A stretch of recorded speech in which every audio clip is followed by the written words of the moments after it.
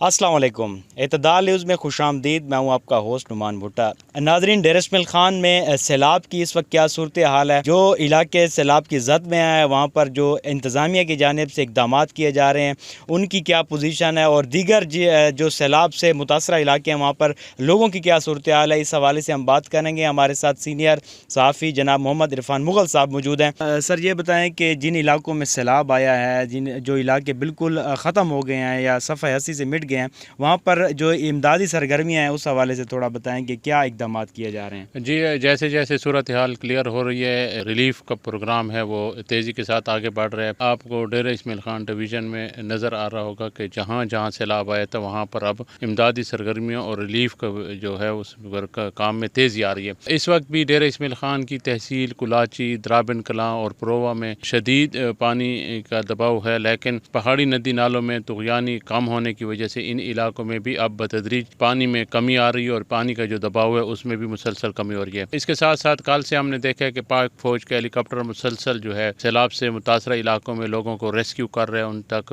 خوراک اور صحت کی سہولیات پہنچا رہے ہیں، جس کی وجہ سے کافی بہتری بھی آئی ہے اور لوگوں میں امید بھی جاگی ہے کہ وہ اس صورتحال میں ان کا کوئی پرسان حال ہے۔ ضلع انتظامیہ کے پاس نہ تو اس قدر وسائل تھے، نہ وہ اس قدر پریشن کر رہی تھی کہ لوگوں کو فرداً سہولیات پہنچائی جا سکے۔ اب کوارڈینیشن تھوڑی بہتر ہوتی نظر آ رہی ہے، پاک فوج بھی اس میں آ گئی ہے۔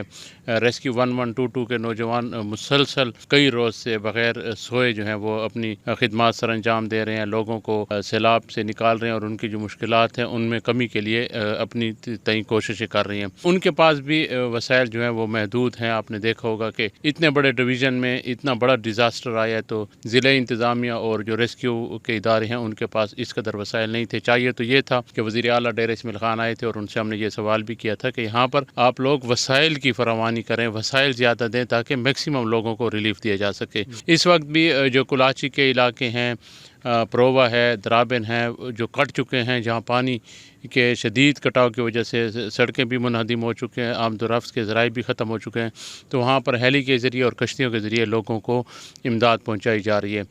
ڈیرہ اسماعیل خان شہر کے ساتھ ٹیکن اور جو ڈیرہ ٹاؤن شپ ہے، مفتی محمود اسپتال ہے، یہاں بھی پانی کا شدید دباؤ تھا اور اس وقت بھی وہاں پر کئی فٹ پانی کھڑا ہے۔ جیسے اب میں آپ کو بتا دوں کہ ٹانگ روڈ پر ہتالا، کنوڑی اور اس سے ملکہ جو دیہات ہیں وہاں بھی پانی کی ایک بہت بڑی مقدار موجود ہے۔ کوہاوڑ گاؤں جو درابن کلاں کا ہے وہ مکمل طور پر صفحہ ہستی سے مٹ گئے اور پرووا کی تو لاتعداد بستیاں ہیں، اور کوہ سلیمان سے نیچے جو درابن کلاں کے علاقے ہے وہ بھی ایسے بے شمار علاقے ہیں جو بالکل صفحہ ہستی سے مٹ گئے ہیں۔ تو ریلیف کے کام میں جیسے پانی کی مقدار میں کمی ہو رہی ہے، ریلیف کے کام میں تیزی آ رہی ہے اور امید ہے کہ آئندہ چند روز میں اس میں مزید بھی بہتری آئے گی۔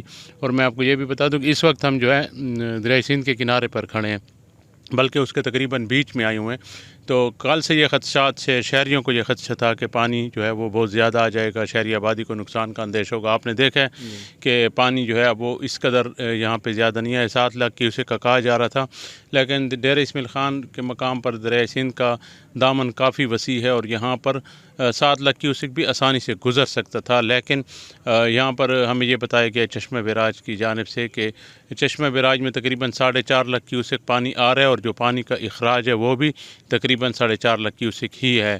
تو ابھی تک 7 لاکھ کیوسیک تک نہیں گیا۔ دریائے کابل کا، دریائے سوات کا اور جو دیگر دریا ہیں، جو برساتی نالے ہیں، جو سیلابی ریلیں ہیں، وہ بھی اب دریائے سندھ میں شامل ہونا شروع ہو گئے ہیں۔